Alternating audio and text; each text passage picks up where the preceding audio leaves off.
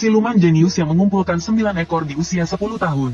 Namun, dia dikejutkan oleh seorang anak laki-laki yang baru saja membangkitkan kekuatan silumannya. Karena Siyu membangkitkan palu siluman dari klan iblis, yang dapat menggunakan kekuatan siluman untuk berubah menjadi berbagai bentuk senjata, dan siluman yang dapat membangkitkan palu siluman. Semuanya memiliki kekuatan untuk menghancurkan semua siluman lainnya. Tapi kedua orang yang sebelumnya bersih tegang. Detik berikutnya berciuman dengan mesra. Tapi semalam Choi Siyu masih bocah gendut yang ditolak cintanya. Dia ditolak dengan alasan ingin fokus belajar. Siyu yang patah hati datang ke lapangan setelah pulang sekolah. Melihat itu, sahabatnya langsung mengerti, tahu bahwa pengakuan cintanya gagal. Maka dia segera menghiburnya. Tiba-tiba sebuah bola sepak melesat ke arah mereka. Choi Siyu menghentikan bola yang melaju kencang tanpa perlu melihat. Tindakan ini membuat sahabatnya tercengang. Dia belum pernah melihat hal yang begitu aneh. Padahal Choi Siyu sangat mencintai olahraga dan berbakat. Dan setiap makan, dia selalu menghitung asupan kalorinya dengan ketat. Lompat tali 1000 kali setiap hari, lari 10 km, tapi berat badannya tetap tidak turun. Pemeriksaan rumah sakit mengatakan mungkin itu masalah obesitas keturunan. Mendengar itu, Choi Siyu tertawa getir. Andai saja itu alasannya, ibunya dulu adalah primadona kampus saat muda. Sedangkan ayahnya adalah pegulat terkenal. Prestasi dan kekuatannya tak tertandingi. Ibunya pernah berkata, bahwa ayahnya bahkan bisa membentuk otot hanya dengan bernapas. Jelas diagnosis rumah sakit itu tidak benar. Seperti yang kita tahu, orang yang patah hati akan mengubah kesedihan menjadi kekuatan. Malam itu juga Choi Siyu berlari 20 km. Tapi ketika dia mendongak lagi, dia menyadari dirinya berada di tempat yang asing. Detik berikutnya, sesosok bayangan hitam muncul di jembatan layang. Meskipun terlihat seperti babi gemuk, dia bisa berlari puluhan kilometer dalam semalam. Sepertinya garis keturunan memang tidak bisa bohong. Kemudian, orang tua itu langsung berpindah ke hadapan Choi Siyu. Namaku kakek Karung. Aku adalah hakim yang bertanggung jawab mengawasi siluman di sini. Melihat kakek yang mengoceh di depannya, Choi Siyu kebingungan. Melihat reaksimu, sepertinya kau tidak tahu apa-apa. Lalu kakek itu mengeluarkan karung besar, dan melemparkannya ke arah Choi Siyu. Dalam sekejap, Choi Siyu terbungkus seperti zongzi, sejenis makanan tradisional Tionghoa. Bagaimanapun dia mencoba melepaskan diri. Dia seperti terikat tali, semakin lama semakin kencang. Saat Choi Siyu keluar dari karung, pemandangan di depannya membuatnya merinding. Terlihat 2 bulan di langit, dan lingkungan sekitarnya tampak suram seperti neraka. Saat itu kakek karung berkata, "Selamat datang di dunia siluman. Perhatikan baik-baik lingkungan sekitarmu." Terlihat puluhan siluman terus mendekat. Meskipun sulit dipercaya, pemandangan di depannya benar-benar nyata. Dan saat itu kakek karung berkata lagi, setiap 666 tahun, dunia siluman mengadakan festival besar untuk memilih Raja Siluman. Pada saat itu, termasuk tempat ini, semua klan siluman di seluruh dunia harus memilih siluman muda berbakat dari klan mereka untuk berpartisipasi sebagai kandidat. Dan 666 tahun yang lalu, ada siluman yang sangat kuat, yang sendirian menjadi Raja Siluman kita. Dan sekarang, melihat dunia siluman dan dunia manusia, yang mewarisi darah iblis, hanyalah kau, Choi Siyu. Namun, sampai ke Choi Siyu, sudah 5 generasi berlalu. Jadi, dia hanya memiliki sedikit sekali darah iblis. Sejumlah besar informasi tiba-tiba membanjiri kepala Choi Siyu. Saat dia hendak bertanya, sesosok bayangan hitam melompat ke udara setinggi ratusan meter, dan menghantam keras di depannya. Sekarang kita akan menguji apakah kau benar-benar tidak ada harapan. Terlihat seekor mulut besar setinggi 100 meter berdiri di hadapan Siwo. Kalahkan dia, maka kau bisa memakannya. Saat ini, mulut besar sudah sangat kelaparan. Setelah 600 tahun tidak makan daging manusia, ia ingin segera memasukkan anak gendut di depannya ke dalam mulutnya. Saat itu, mulut besar tiba-tiba menyerbu Siwo, dan meninjunya dengan keras di perut. Siwo langsung tersungkur karena pukulan itu. Jika kau ingin hidup, buktikan dirimu. Manusia biasa tidak mungkin diberi hak untuk berpartisipasi dalam festival. Siwo kembali dihantam dengan buas oleh mulut besar. Meskipun pukulan ini membuat Siwo memuntahkan darah, tubuhnya masih utuh setelah menerima serangan dahsyat itu. Saat mulut besar hendak melancarkan serangan terakhir, ia berhenti 2,5 meter dari tanah. Terlihat sesosok tubuh gemetar menahan serangan yang jatuh. Melihat itu, kakek karung langsung membelalakkan matanya. Sejak zaman dahulu, iblis memiliki kekuatan yang tak terbatas. Kemampuan dan senjata paling khas mereka adalah kemampuan untuk memahami jurus monster tanpa perlu belajar.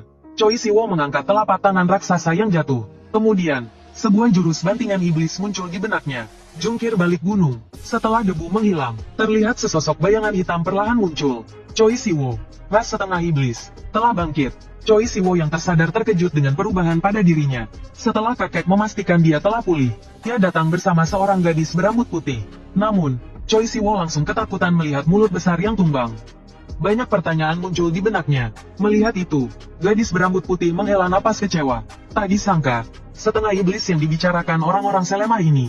Apakah makhluk seperti ini benar-benar memiliki darah Raja Iblis? Meskipun dia mengalahkan mulut besar, itu bukan apa-apa, karena ia hanya mengandalkan kekuatan fisik, bukan sihir iblis. Saat itu, Choi Siwo dengan hati-hati menyela percakapan mereka, dan bertanya apakah ia boleh pulang setelah tes selesai. Sedetik kemudian, kakek karung berpindah tempat di depannya. Ia berkata, sebelum Choi Siwo sadar, iblis-iblis di sekitarnya telah mengincarnya. Seorang manusia yang memiliki darah Raja Iblis. Sangat menarik bagi mereka. Namun, karena Choi Siwo telah lulus tes, kakek tidak bisa membiarkannya begitu saja. Jadi, ia meminta iblis-iblis yang berkumpul di sana untuk menjadi saksi. Mulai hari ini, Choi Siwo adalah iblis sejati. Kemudian, para iblis itu pergi, dan menyebarkan berita bahwa Choi Siwo telah menjadi setengah iblis. Nama Choi Siwo terdaftar dalam daftar iblis. Dengan begitu, iblis lain tidak punya alasan untuk menyerangnya. Namun, gadis itu mengatakan ia masih belum bisa pulang, kecuali ia bisa menyembunyikan kekuatan iblisnya. Jika tidak, iblis yang berusia di bawah 500 tahun tidak boleh sembarangan masuk.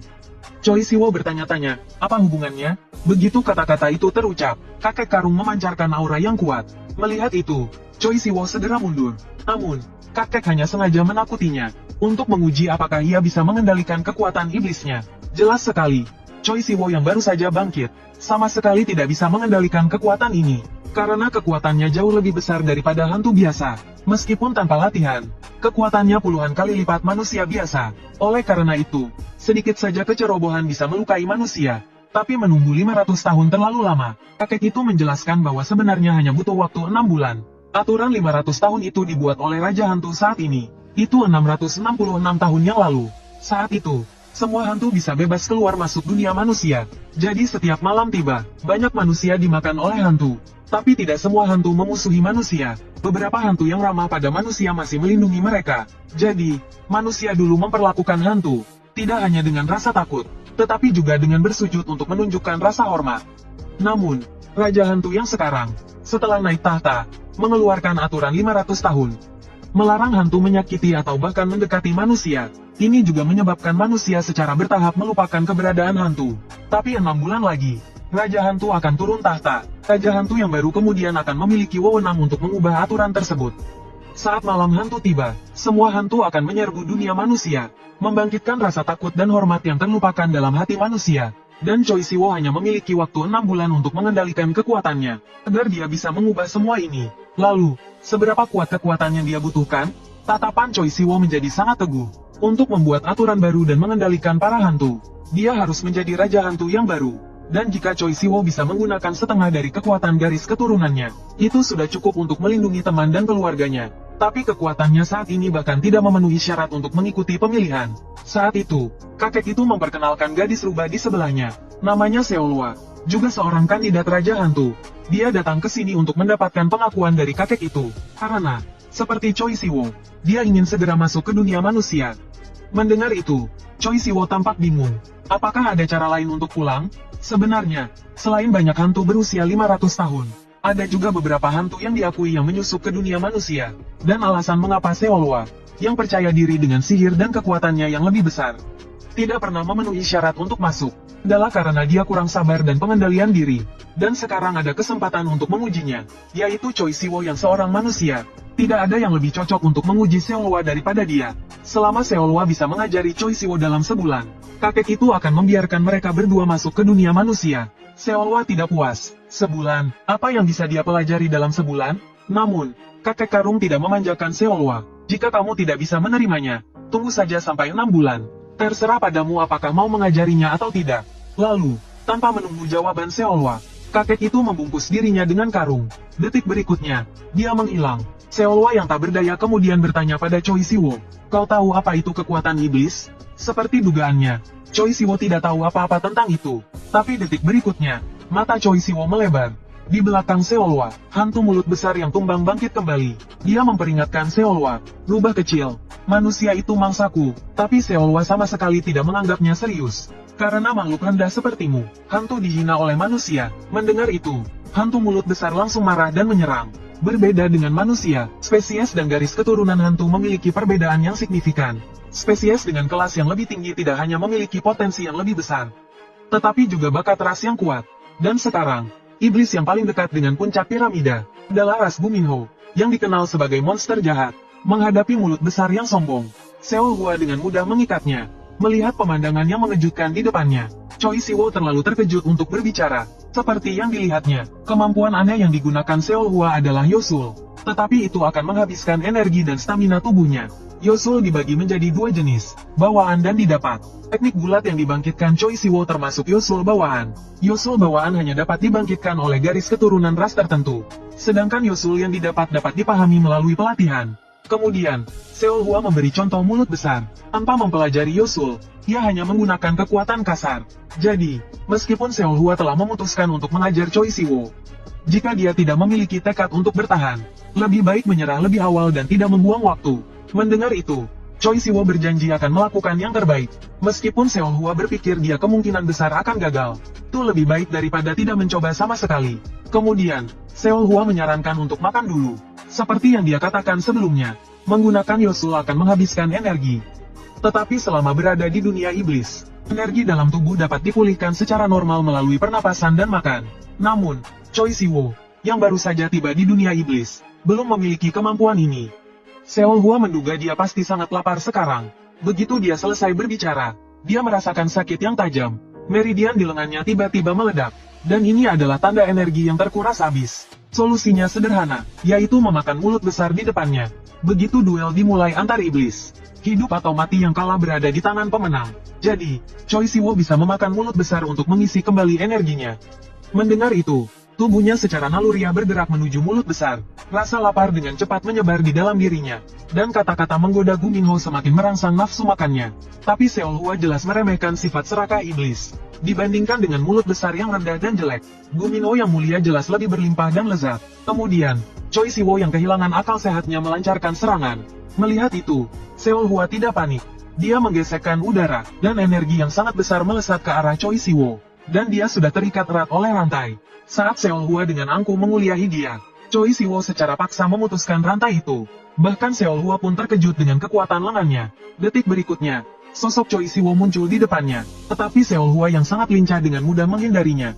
Melihat Choi Siwo telah benar-benar kehilangan akal sehatnya, Seol Hua memutuskan untuk membuatnya sadar kembali dengan pukulan. Jadi, dia dengan tenang mencabut kukunya. Saat Choi Siwo menyerbu lagi, dia telah menggambar lingkaran merah di udara. Dia bergumam, dan tinju merah raksasa menghantam Choi Siwo. Choi Siwo yang terkejut menerima pukulan itu secara langsung. Tinju raksasa itu berubah menjadi gunung 5 jari dan menghantamnya. Meskipun Choi Siwo bertahan, dia tampak tidak berarti di bawah kekuatan yang luar biasa. Dan mulut besar yang terikat, seketika berubah menjadi genangan darah. Saat Seol Hua khawatir apakah Choi Siwo akan mati karena pukulannya, sosoknya perlahan muncul dari asap. Namun, yang mengejutkan Seol Hua, tanduk tumbuh di kepala Choi Siwo. Dikatakan bahwa iblis yang dapat menumbuhkan tanduk merah, semuanya adalah makhluk kuat dengan kekuatan yang luar biasa. Choi Siwo mengulurkan tangannya untuk menyentuh tanduk tunggal itu. Detik berikutnya, dia mematahkannya. Anehnya, tanduk tunggal itu berubah menjadi pedang besar berwarna hitam. Melihat itu, Seol Hua tidak berani meremehkannya lagi. Karena untuk pertama kalinya dalam ratusan tahun hidupnya, Seol Hua merasakan tekanan yang membuatnya takut. Meskipun Seol Hua tidak akan kalah hanya dengan mengandalkan energi Youki-nya, tetapi Youki yang dilepaskan Choi Siwo saat ini, membuatnya hampir kehabisan napas. Tiba-tiba, Siwo mengerahkan kekuatan di kakinya. Detik berikutnya, dia melesat ke arah Seol Hua. Melihat itu, Seol Hua terkejut dan matanya melebar. Cepat sekali, Siwo, yang berada di udara, berubah wujud menjadi petir. Seol Hua di bawah bersiap untuk menerima serangan. Tindakan ini bertujuan untuk menguji kekuatan palu pemburu iblis. Segera setelah itu, terjadi ledakan besar. Ketika asap menghilang, terlihat Seol Hua berdiri tegak tanpa cedera. Tinju raksasa merah Seol Hua telah menahan kilatan petir yang dahsyat itu. Siwo, yang senjatanya tertangkap, terkejut. Bagus, kalau begitu, akan kutunjukkan kekuatan sejatiku. Tinju raksasa merah itu mencengkeram semakin erat. Tangan besar itu terayun dengan keras. Tarikan yang kuat menarik Siwo mendekat, lalu membantingnya ke tanah dengan keras. Melihat itu, Seol Hua menyeringai dingin. Benar saja, wanita yang marah bahkan lebih kuat dari harimau. Namun, jelas serangan tingkat ini tidak cukup. Dengan daya tahan Choi Siwo yang kuat, setidaknya dia harus dibanting 5 atau 6 kali lagi agar sadar. Kemudian, tinju raksasa merah itu mengerahkan kekuatannya, menarik Siwo dengan keras sekali lagi. Detik berikutnya, Seol Hua kembali terkejut. Tinju raksasa merah itu tidak dapat menarik Choi Siwo. Sebaliknya, dia menahannya dengan kuat di tempat. Sui Hua yang terkejut memandang tinju raksasa merahnya. Meskipun dia hanya memanggil satu lengan, mungkinkah dia bisa melawan Kaisar Penakluk Iblis? Saat ini, Cui Siyu berubah menjadi sabit. Ketajaman yang kuat membuat tinju itu melepaskan cengkeramannya. Kemudian, Cui Siyu berubah lagi menjadi palu besar, dan mengayunkannya dengan cepat ke arah tinju merah itu. Pukulan yang kuat langsung menerbangkan tinju merah itu puluhan meter. Sui Hua mulai merasa kesulitan. Bentuk dan jurusnya telah berubah menjadi sesuatu yang sulit dihadapinya. Detik berikutnya, Sui Hua menggambar jimat lagi. Tinju merah lain muncul dari belakang Sui Hua. Kemudian, kedua tinju menyerang, menghujani Cui Siyu dengan pukulan bertubi-tubi seperti senapan mesin. Namun, dia dengan liar mengayunkan palu besarnya, menangkis semua tinju itu. Melihat itu, Sui Hua menyimpulkan bahwa kekuatan Cui Siyu saat ini setara dengan iblis berusia 200 tahun. Tapi hanya itu saja, karena energi Cui Siyu telah mencapai batasnya, dan tubuhnya mulai runtuh. Menyadari bahwa dua tinju merah tidak dapat menghentikan Cui Siyu, Sui Hua yang tak berdaya memanggil lagi. Kali ini, dia menggunakan kekuatan kelima ekornya. Sementara itu, Cui Siyu telah mencapai atasnya. Sui Hua, yang telah menyelesaikan pemanggilannya, tersenyum percaya diri. Meskipun dia hanya memanggil bagian atas tubuhnya, ini adalah Kaisar Penakluk Iblis yang sesungguhnya. Serangan Cui Siyu sudah sangat dekat. Kaisar Penakluk Iblis mengayunkan pedangnya. Detik berikutnya, Cui Siyu terkena tebasan itu. Kekuatan yang luar biasa langsung menjatuhkan Cui Siyu. Setelah berhasil mendaratkan satu serangan, Kaisar Penakluk Iblis mulai menghilang. Sementara itu, Cui Siyu terbaring lemah di tanah. Setelah sadar, seluruh tubuhnya terasa sakit dan dia tidak bisa bergerak. Dan Seol Hua mengatakan terus terang kalau dia akan segera mati, karena tubuhnya sudah terlalu rusak. Mendengar itu, Cui Siyu ketakutan dan menangis. Melihatnya tampak menyedihkan, Seol Hua yang ragu akhirnya memutuskan sesuatu. Dia mengendalikan tubuh Cui Siyu, lalu menariknya mendekat. Tiba-tiba, dia menciumnya dengan penuh perasaan. Astaga, bahkan sampai ada benangnya. Lalu Seol Hua melemparnya. Tak disangka, teknik hantu yang baru dipelajarinya mendapat. Jika investasiku tidak membuahkan hasil, maka kau akan menerima balasanku. Ketika Cui Siyu sadar kembali, dia mendapati dirinya terbaring di sebuah ruangan. Lingkungan asing di sekitarnya membuatnya sangat panik. Tiba-tiba pintu kamar terbuka, dan Seol Hua masuk membawa sesuatu di cangkir. Wajahnya muram. Sepertinya masih kesal karena Siwo tidak. Pagi tadi, Siwo dengan canggung berkata, "Ku tidak perlu bertanggung jawab, kan?" Cui Siyu buru-buru meminta maaf kepada Seol Hua. Meskipun sebelumnya dia kehilangan kendali, dia ingat jelas apa yang baru saja terjadi. Seol Hua hanya menyuruhnya meminum obat selagi hangat. Saat Cui Siyu memasukkan obat ke mulutnya, dia menyadari obat itu lebih pahit daripada teh herbal. Kemudian Seol Hua mengajarkannya cara untuk menjadi lebih kuat. Cara paling langsung dan efektif adalah dengan melahap hantu lain. Tapi biasanya, itu hanya bisa dilakukan melalui duel resmi. Pembatasan ini dibuat untuk melindungi yang lemah. Jadi hantu-hantu lemah tidak akan menerima duel dengan Cui Siyu. Sedangkan hantu-hantu kuat akan mencarinya sendiri. Tapi seperti yang dikatakan sebelumnya, itu adalah kondisi normal. Seol Hua sudah menyiapkan hadiah untuk Cui Siyu. Cui Siyu mengikutinya keluar rumah. Dia melihat Seol Hua telah mengikat seekor hantu. Melihat Cui Siyu kebingungan, Seol Hua menjelaskan kalau hantu itu sudah dilucuti haknya sebagai hantu. Hantu-hantu yang kehilangan akal sehatnya karena berbagai alasan, hanya bisa dianggap sebagai binatang buas dengan naluri membunuh. Seol Hua melompat ke atap dan melepaskan ikatannya. Binatang buas yang terlepas itu menganggap Cui Siyu sebagai mangsa. Tanpa ampun, ia langsung melayangkan tinjunya. Dengan sigap, Cui Siyu menghindarinya dengan mudah. Kemampuannya mengendalikan tubuh di luar dugaan Seol Hua. Tapi itu jelas belum cukup, karena binatang buas bernama Jeokin ini sangat kejam. Untuk menjadi kuat, ia diam-diam membunuh dan memakan banyak. Sayangnya, ia kehilangan akal sehatnya karena kekuatannya yang meningkat pesat. Menghadapi serangan Jeokin, Cui Siyu hanya menghindar. Meskipun Seol Hua tidak banyak berharap, dia sedikit kecewa. Namun, saat Jeokin menyerangnya lagi, Cui Siyu memasang kuda-kuda tinju dengan tatapan mantap. Ternyata, meskipun gemuk, Cui Siyu adalah seorang jenius bertarung. Selain belajar tinju, untuk menurunkan berat badan, dia mempelajari 6 seni bela diri lainnya. Jadi sekarang, setelah terbangun sebagai setengah siluman, dia telah menguasai ketujuh seni bela diri itu. Jeokin yang tak berdaya dihajar habis-habisan. Penampilan Cui Siyu yang gemilang mengejutkan Seol Hua. Saat dia bertanya bagaimana menangani Jeokin, Jeokin yang tersadar tiba-tiba bangkit. Lalu ia menggigit bahu Cui Siyu dengan keras. Sebagian besar bahunya terkoyak. Jeokin lalu melancarkan pukulan keras. Choi Siwo yang tertegun terkena pukulan telak. Menurut Seol Hua, alasan terbesar manusia takut terluka sebenarnya bukan takut akan rasa sakit, melainkan takut kehilangan bagian tubuhnya. Ini adalah ketakutan primitif bawaan manusia. Tapi Choi Siwo sekarang bukanlah manusia, melainkan setengah siluman. Begitu kata-kata itu terucap, bahunya dengan cepat pulih. Meskipun Akainu mencakarnya lagi, luka di dadanya juga cepat sembuh. Melihat kemampuan penyembuhannya yang luar biasa, Choi Siwo menjadi tenang dari kepanikannya. Selanjutnya, energi di dalam tubuhnya mengalir deras ke tinjunya. Choi Siwo terlihat melancarkan pukulan jarak jauh. Kekuatan yang dahsyat melesat ke arah Akainu dengan kecepatan kilat. Setelah menyerang, Choi Siwo telah menghabiskan seluruh kekuatannya. Dan Akainu, yang menderita luka parah, telah benar-benar kehilangan kesadaran. Kemudian, setelah diingatkan oleh Seol Hua, Choi Siwo menyadari bahwa dia tanpa sadar telah menggunakan sihir siluman. Kemampuan penyembuhan yang luar biasa dan pukulan dahsyat itu adalah, Seol Hua mengira Choi Siwo akan membutuhkan setidaknya beberapa hari untuk memiliki pemahaman dasar tentang penggunaan sihir siluman. Dia juga harus mengakui bahwa Choi Siwo memang berbakat, dan setelah meraih kemenangan, dia harus menikmati rampasan perang ini. Sambil mengendalikan Akainu, Seol Hua membimbing Choi Siwo. Di atas pusar monster itu terdapat inti energi, dan yang harus dilakukan Choi Siwo adalah menusuknya dengan sekali pukul.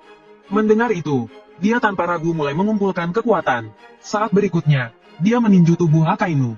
Kemudian, di bawah arahan Seol Hua, Choi Siwo mengeluarkan inti siluman yang dipenuhi energi. Setelah menelannya, energi Akainu menyatu ke dalam tubuh Choi Siwo. Pada saat ini, tiba-tiba muncul seekor burung hitam yang bisa berbicara. Choi Siwo yang terkejut segera mengusirnya. Detik berikutnya, burung hitam itu berubah menjadi seorang gadis berambut hitam. Jelas Seol Hua tidak asing dengannya, karena dia sebenarnya juga seorang kandidat. Tapi akhir-akhir ini dia bekerja untuk si kakek. Ternyata gadis itu telah menyelidiki monster yang hilang. Dan karena Choi Siwo telah membunuh pelakunya, gadis itu memutuskan untuk memberinya hadiah sebagai ucapan terima kasih. Kesempatan untuk segera pulang, dan kesempatan untuk menjadi kuat dengan cepat. Manakah yang akan dipilih Choi Siwo? Sementara Seol Hua di sampingnya cemberut. Kemudian Siwo mulai berpikir. Setelah beberapa saat, dia menjawab bahwa dia akan menunggu sampai dia lulus ujian Seol Hua. Siluman itu bertanya mengapa, dan Siwo menyadari dari pertarungannya dengan Akainu, bahwa jika dia tidak menjadi kuat, dia yang lemah akan menjadi domba yang siap disembelih ketika dia pulang. Jadi dia perlu menjadi kuat untuk melindungi orang-orang di sekitarnya. Mendengar itu, siluman gagak langsung mengacungkan jempolnya. Agak keren, tapi tidak terlalu. Seol Hua di sampingnya sedikit tidak sabar. Dia segera mendesak siluman itu untuk memberi Siwo hadiahnya, karena dia tahu betul bahwa siluman gagak suka menguji orang dengan pilihan. Itu adalah kebiasaan buruknya selama 100 tahun. Siluman gagak yang ketahuan hanya bisa berhenti mengganggunya. Lagi pula, tujuan perjalanan ini adalah untuk membawa Siwo pulang. Kemudian, tangan siluman gagak berubah menjadi dua pasang sayap hitam. Dalam sekejap, dia berubah menjadi burung gagak hitam keunguan. Dia adalah siluman yang memenuhi syarat untuk masuk dan keluar dunia manusia. Setiap 2,5 tahun, dia dapat membawa siluman yang tidak memenuhi syarat ke dunia manusia. Kemudian, siluman gagak itu membawa Siwo terbang ke dunia manusia. Setelah kembali ke dunia manusia, Siwo pertama-tama meminjam ponsel dari siluman itu.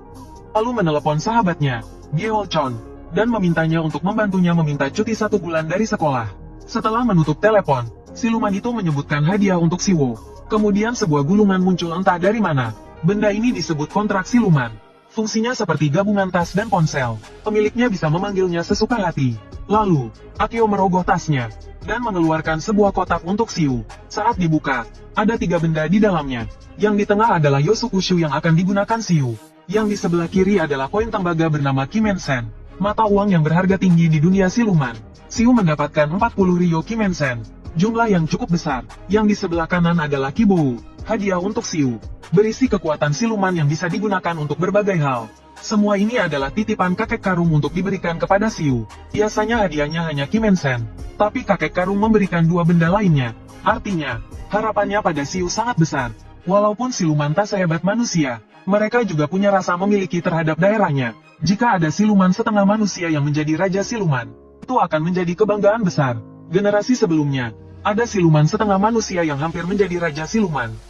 Dia disebut sebagai jenius yang paling disayangkan, dan ras siluman itu sama dengan Siu, yaitu Oni. Dia dikenal sebagai siluman setengah manusia terkuat sepanjang sejarah. Siu terkejut mendengarnya, tapi dia masih merasa menjadi siluman itu tidak nyata. Namun, Akio merasa Siu beradaptasi dengan cepat. Karena kata-kata Xiu barusan, meninggalkan kesan mendalam padanya, dan dia mengerti, Xiu takut hukum akan diubah dan manusia akan terancam. Jadi, jika Xiu menjadi Raja Siluman, dia bisa membuat aturan baru untuk 666 tahun ke depan. Semua masalah akan terselesaikan, tapi kemudian Xiu menyadari ada yang tidak beres dengan Yosukushu-nya. Sejak dikeluarkan, terus menampilkan tulisan darurat. Akio menjelaskan itu adalah panggilan darurat, digunakan untuk memanggil siluman terdekat jika ada situasi genting. Tapi selama beberapa dekade, belum pernah ada keadaan darurat. Jadi, tidak perlu khawatir. Akio tersadar dan melirik Yosukushu di sebelahnya. Dia langsung ketakutan dan berkeringat dingin. Lalu dia meminta Xiu untuk tetap di rumah. Sementara dia pergi ke lokasi panggilan darurat. Di sebuah gang gelap, seorang pria dicekik oleh bayangan hitam. Itulah siluman yang memangsa manusia untuk menjadi lebih kuat. Saat bayangan itu hendak menghabisinya, tubuhnya tiba-tiba ditembus cahaya. Yang datang adalah Akio. Bayangan itu merasa terancam, dan segera melepaskan cengkeramannya lalu kabur. Saat Akio menenangkan pria yang terluka itu, dia menyadari pria itu semakin ketakutan, karena di belakang Akio, ada bayangan hitam yang lebih besar sedang menatapnya. Saat Akio tersadar, bayangan besar itu sudah ada di belakangnya. Tapi setelah suara gemuruh, bayangan itu menghilang. Tiba-tiba terdengar suara langkah kaki. Jika kau dikalahkan makhluk seperti itu, kau akan mempermalukan keluargamu. Akio lega, dia tahu opanya ada di dekatnya. Pria berambut panjang itu mengangkat tangannya. Energi ungu memenuhi ujung jarinya. Suara-suara aneh mulai mengaburkan ingatan pria itu. Manusia tidak boleh tahu keberadaan dunia siluman. Dan pria ini juga kandidat Raja Siluman. Bernama Kui Wei. Semua siluman yang melukai orang-orang tadi adalah yaksa. Mereka adalah siluman yang dikendalikan orang lain dengan tali kekang. Menyakiti manusia adalah kejahatan besar di dunia siluman. Apa sebenarnya tujuan orang yang mengendalikan mereka? Kui Wei mengatakan semua ini demi keuntungan. Yaoke tidak bisa memahaminya. Lagi pula, tidak banyak orang di generasi mereka yang tahu tentang hal itu. Sejak zaman dahulu, alasan siluman memakan manusia, bukan untuk menyiksa atau memuaskan nafsu makan, tetapi untuk menyerap darah dan daging manusia. Karena bagi siluman, itu adalah suplemen terbaik. Jika kabar bahwa memakan manusia bisa membuat siluman menjadi lebih kuat tersebar, apakah dunia manusia masih bisa setenang ini?